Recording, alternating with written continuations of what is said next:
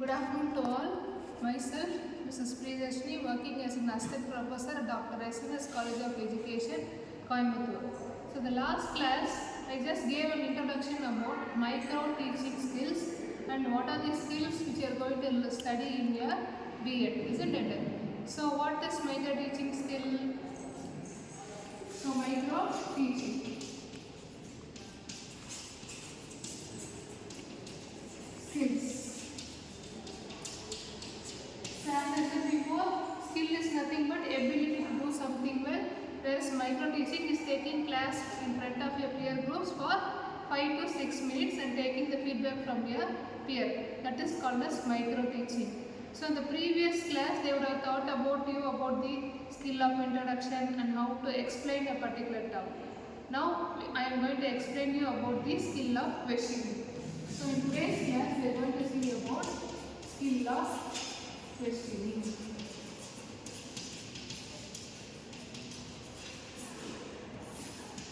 So this skill of questioning, if you take, it is called as core teaching skill. Okay, it is one of the core teaching skill. Okay, so this questioning will enable you to, it enables to situation. Okay. So when we ask a question to your students, either there will be some response or no response or incorrect response, or there will be correct response. So I repeat again. So when we ask questions to the students, first they may answer. If they know the question, they may answer. So that is called as correct response. Some may tell wrongly, so that is called as wrong response, that is incorrect response. Some partial response they can give. Okay, so these are the situations in the question. Okay, next, it will enable you to think. Okay, so when I ask you a question, you will be thinking and answering. So for example, if I ask you, when was Gandhiji born? So you should think and answer. Without thinking, you cannot answer. Some may forget the date also. Okay, so that is called as thinking. Next is eliciting new ideas. Eliciting new ideas. So if I ask a particular question in the class, means students may give different answer.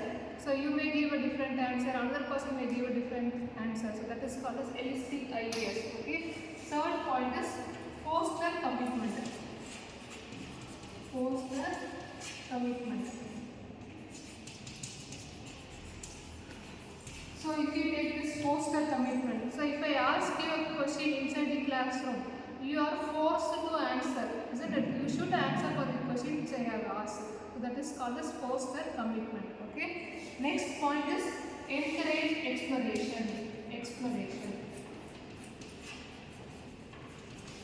So some may give answer innovatively. So for those people, you should appreciate their answer. Then only they will come forward and answer you.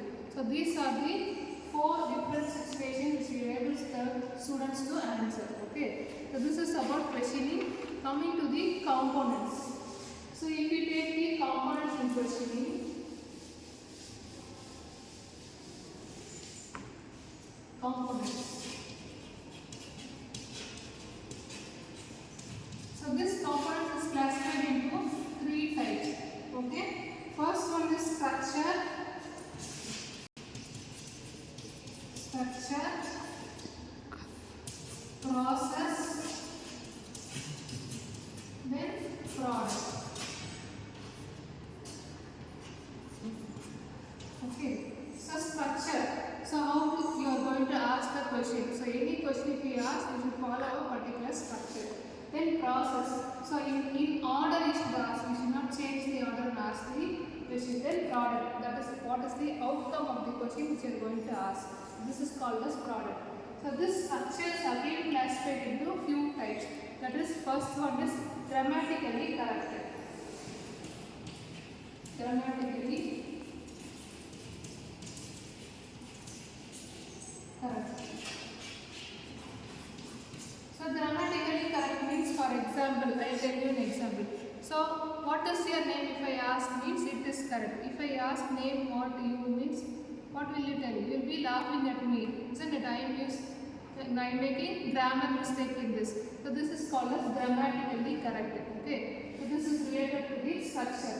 So the rest of the things I will continue in the next class. Thank you all.